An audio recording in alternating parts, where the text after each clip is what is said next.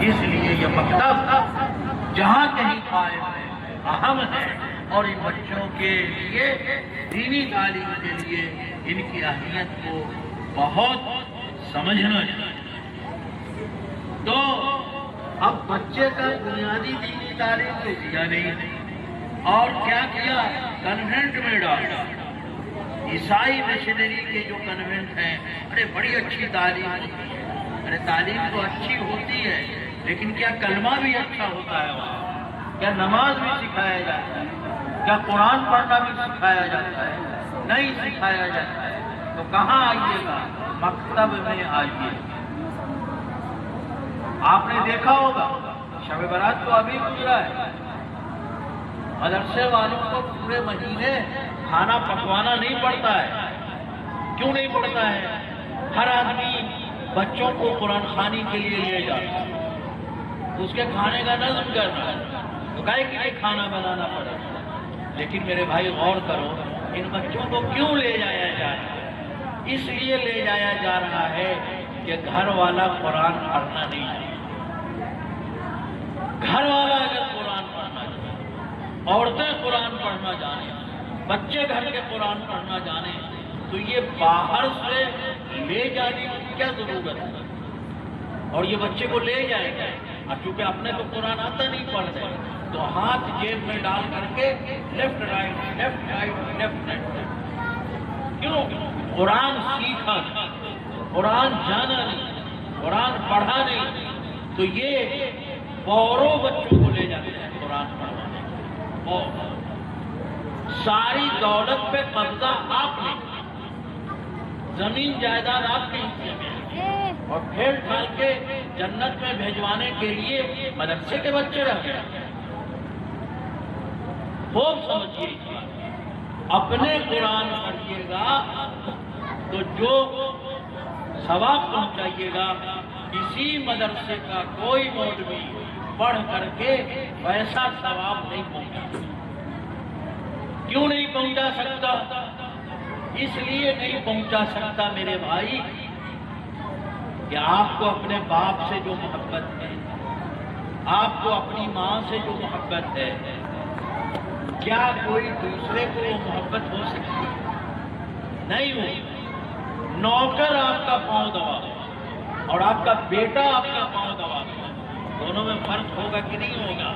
باپ بیٹے کے اندر جو کیفیت ہوگی باپ کی خدمت سے، وہ کیفیت نوکروں سے نہیں ہو سکتی۔ اس لیے میرے بھائی، بنیادی دینی تعلیم اگر آپ نے بچوں کو نہیں دیا تو مرنے کے بعد قرآن دوسرا پڑھے گا۔ اور ہم خوب جانتے ہیں، 20 سال میں نے مدرسے میں پڑھایا ہے۔ قرآن پڑھوانے والے کیا کرتے ہیں؟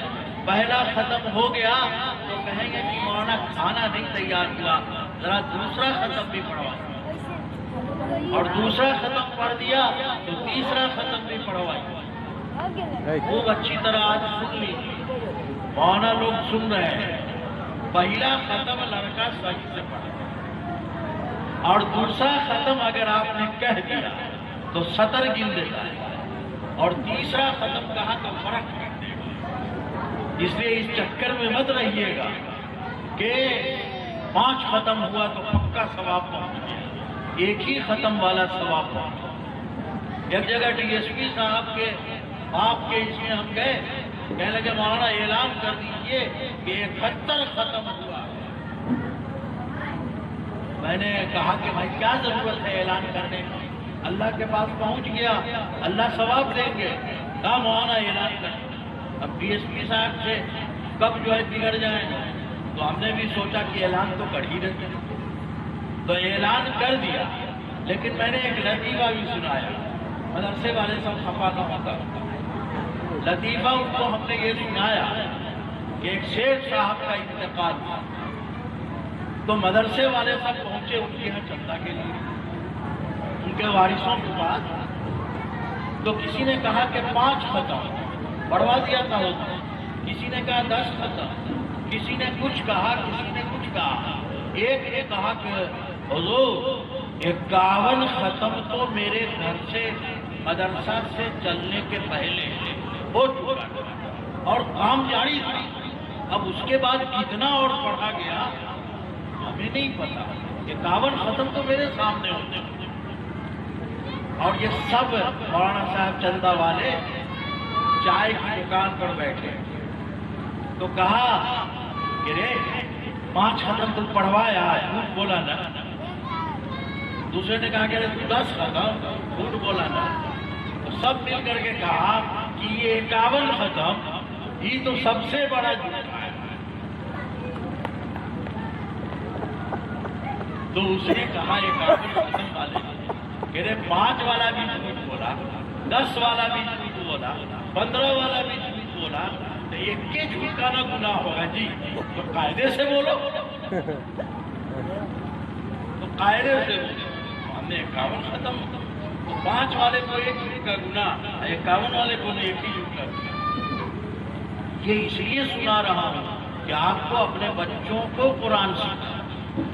نہیں سیکھیے گا تو نکاح میں بے عزتی ہوگی کہ لڑکے کو کلمہ پڑھنا نہیں سکھائیے گا تو جنازہ آپ کا ٹھیک سے نہیں پڑھ سکے. نہیں سکھائیے گا قبر میں ٹھیک سے نہیں ڈال سکے گا. تو آپ کی آخری خدمت کی جو بیٹا نہ کر سکے اس کے لیے پوری دولت عرض کر کے کیا فائدہ.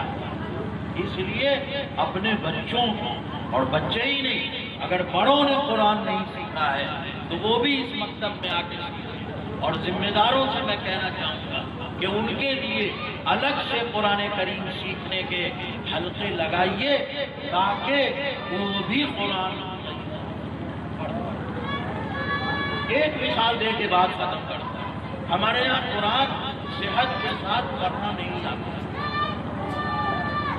مائک پر بھی پڑھتے ہیں تو پتہ نہیں چلتا کہ مد لازم کتنا کھینچنا ہے اور مد عارض کو کتنا کھینچنا ہے اور کلمی مخفف کیا ہے اور مثقل کیا ہے اور غننے کی مقدار کیا ہے, اخفا کی مقدار کیا ہے.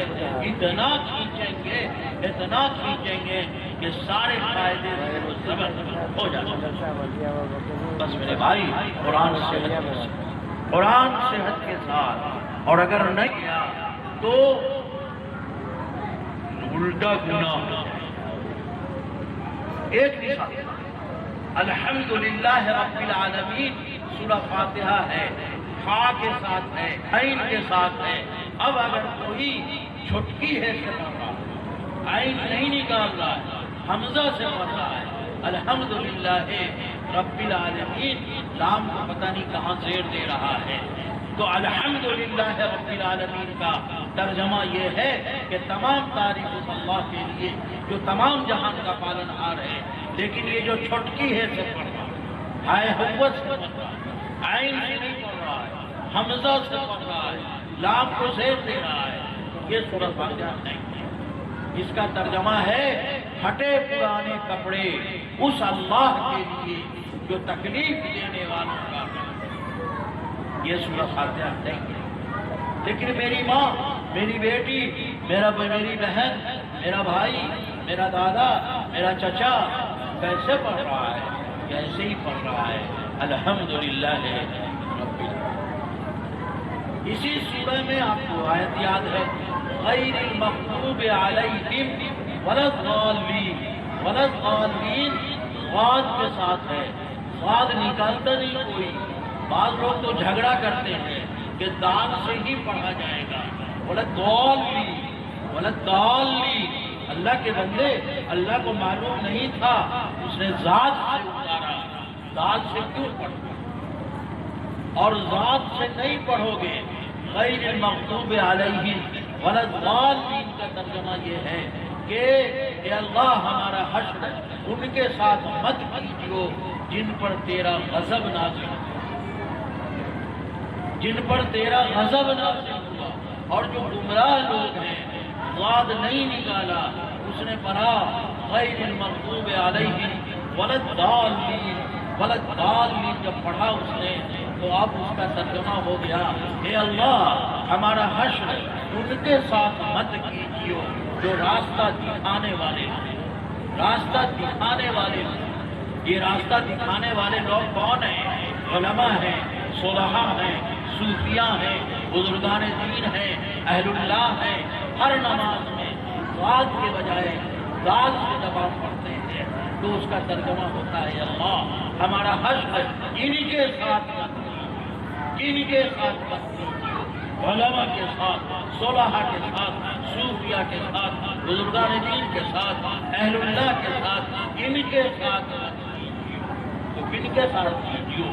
چوروں کے ساتھ، چکوں کے ساتھ، بدماشوں کے ساتھ، لفنگوں کے ساتھ۔ اب ہر نماز میں تو آپ یہی دعا اور کہتے ہیں کہ مولانا صاحب نماز برے کام سے نہیں روک رہی ہے، نماز میں تو دعائیں کر رہے ہو کہ ہمارا حج بروں کے ساتھ تو اچھائی کہاں سے آ جائے گی؟ بس میرے بھائی بنیادی دینی تعلیم کہیں پڑھائی، قرآن صحیح کروا دیجیے، کلمہ صحیح کروا دیجیے، درود شریف صحیح کروا دیجیے، تحیات شریف صحیح کروا دیجیے، قنوت صحیح کروا دیجیے، بنیادی چیزیں سکھا دیجیے، چاہے جو پڑھائے۔